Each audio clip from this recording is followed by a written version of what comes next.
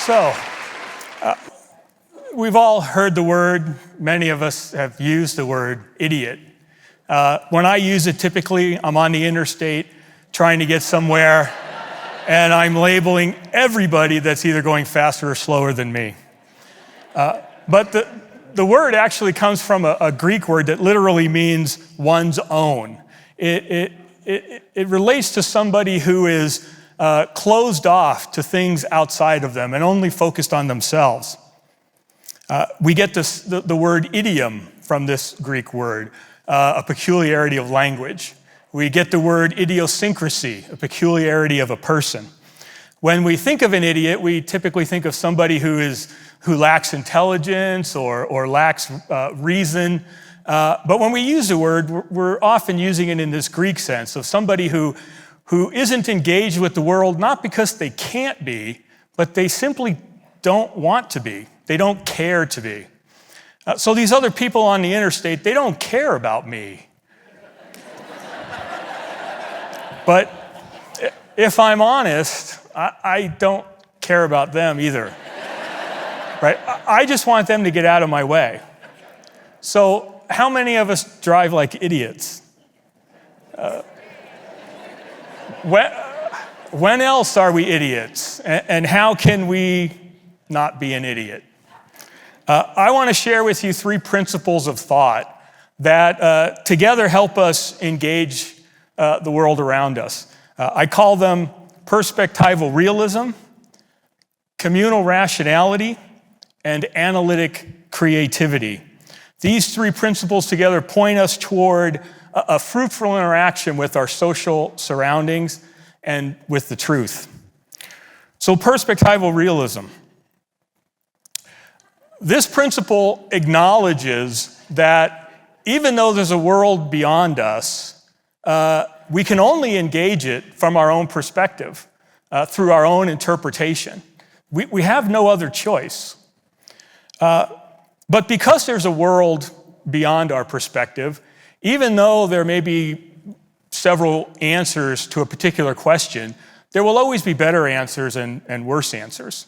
There'll be a variety of solutions to a particular problem, but there'll always be better solutions and worse solutions. We'll never have a single interpretation of our environment, of our situation, but there'll always be better and worse interpretations.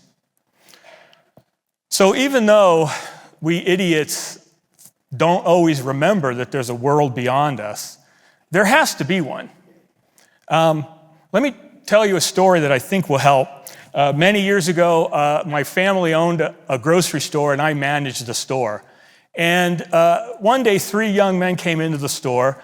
One wandered to the back. Another went right to the checkout line and got in line.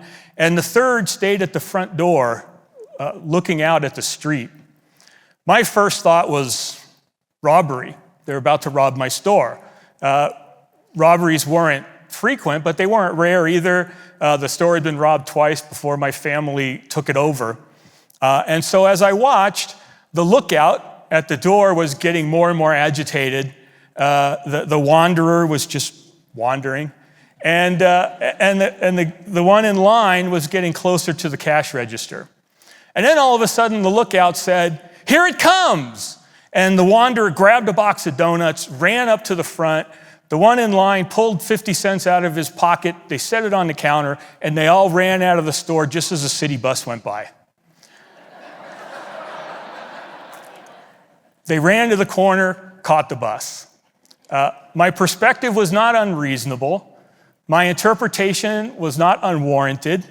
My solution, I'm being robbed, call the police, was reasonable, but all of them were wrong. Those 3 words, "Here it comes," just destroyed my interpretation. Had I asked one of the young men what was going on, he would have given me an equally reasonable interpretation, the correct one. So how do we enlarge our perspective? How do we work to have an interpretation of our situation that's accurate and helpful? This brings us to my second principle. Communal rationality tells us that each of us can only be as rational as our community, as our society allows us to be. Now, I'm sure you're all thinking that, well, if idiot comes from a Greek word, you all have the same question. What does Aristotle think about this? It's a good question. Aristotle defined human beings as rational social animals. And how those two descriptors relate is important. Our rationality and our sociality are deeply interconnected.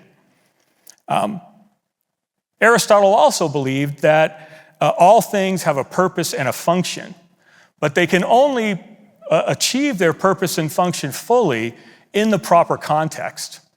So, for example, to take a pair of glasses, the lenses, the purpose and the function of the lenses is to help us see. But the lens only works if it's in the right position, the right orientation, the proper distance from the eye. What puts it in the proper position are the frames, right? The frames create the proper context for the lenses to do what they're supposed to do. We human beings, we can achieve our proper function and purpose in society, in community. And we've developed an amazing tool to do this. We call it language. Because we can communicate the way we do, we can create, sustain, and promote community.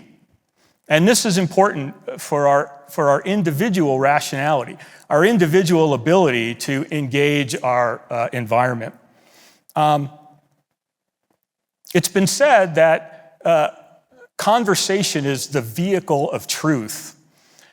Because we can only engage the world from our own perspective, the best way to understand the world beyond our perspective is through the checks and balances that come from having conversation with people who have different perspectives and different interpretations. Because we can engage this way, our perspective and our interpretations can be broadened. This is the true value of diversity. The more we engage open-mindedly in a conversation with diverse perspectives and diverse interpretations, the more rational our community can become. And so the more rational each of us in that community can become. The other side of it, the more dysfunctional a community is, the more dysfunctional, the less rational each member of that community will be. And this happens within families, communities, businesses, even the global community. But we need to be careful here. Aristotle also said, outside the community, there are only beasts and gods, and none of us are gods. If I think that I can know you well enough to know your perspective, I'm mistaken. This is a misunderstanding of this principle. I can't take on your perspective. Only you can see the world from your perspective.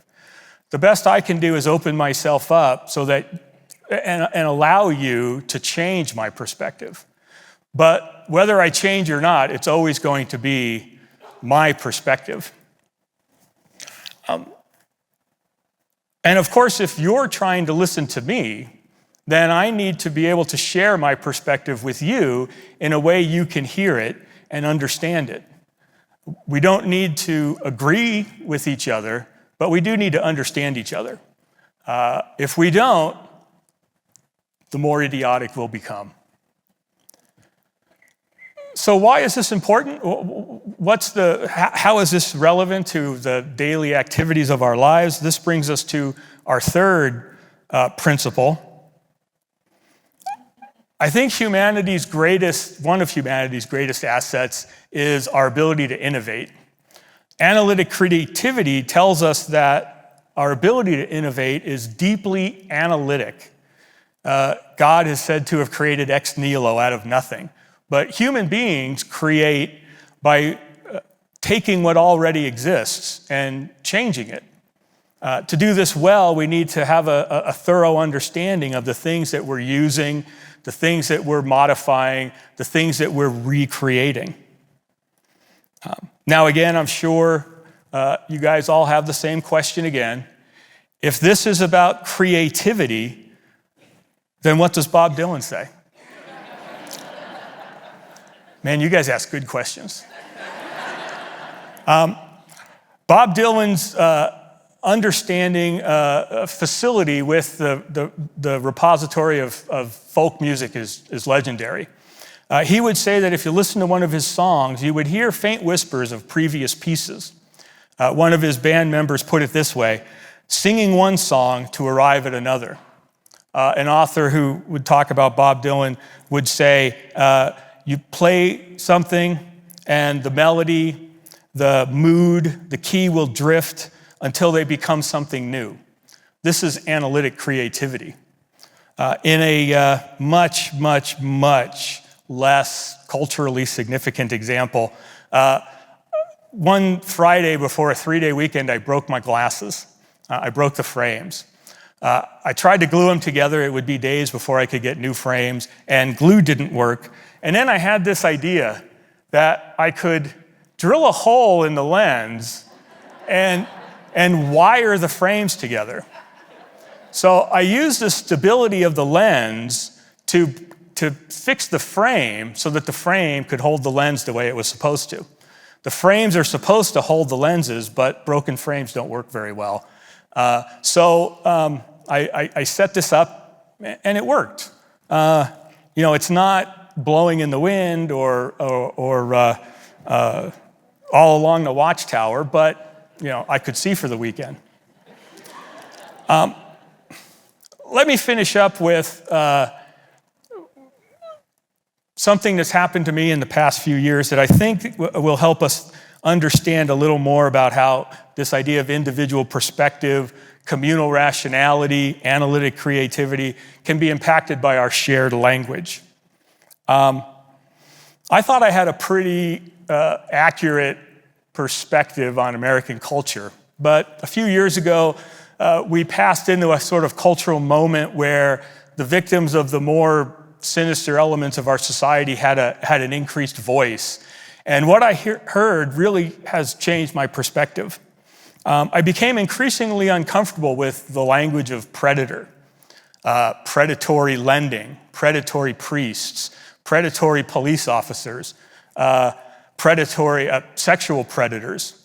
I don't know about you, but when I think of predators, I think of apex predators like tigers and lions. They're beautiful, majestic, they're awe-inspiring.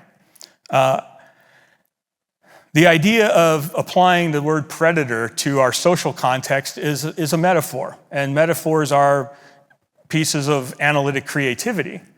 But figurative language can be a problem sometimes.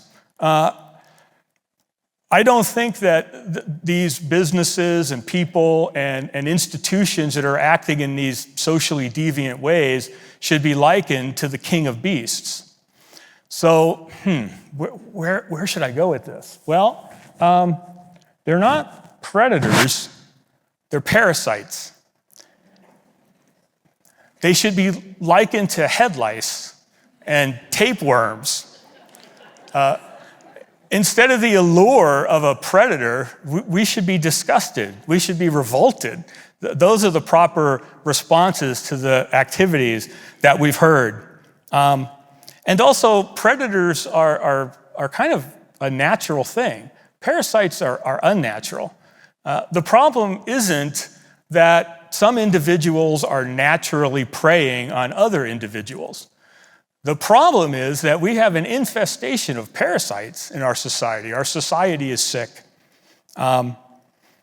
Just as those three words, "here it comes," undermined my perspective, changed my perspective on what those three young men were doing in my store. This change from predator to parasite has really helped me, helped my perspective, my understanding of our society as it is these days. Let me be clear, I'm not suggesting how we fix this problem. I'll leave that to people who understand these things better and are better able to do the kind of analytic creativity that we need. But I do want to point out that I would never have made this change change if I hadn't listened to the voices of the victims in our communities.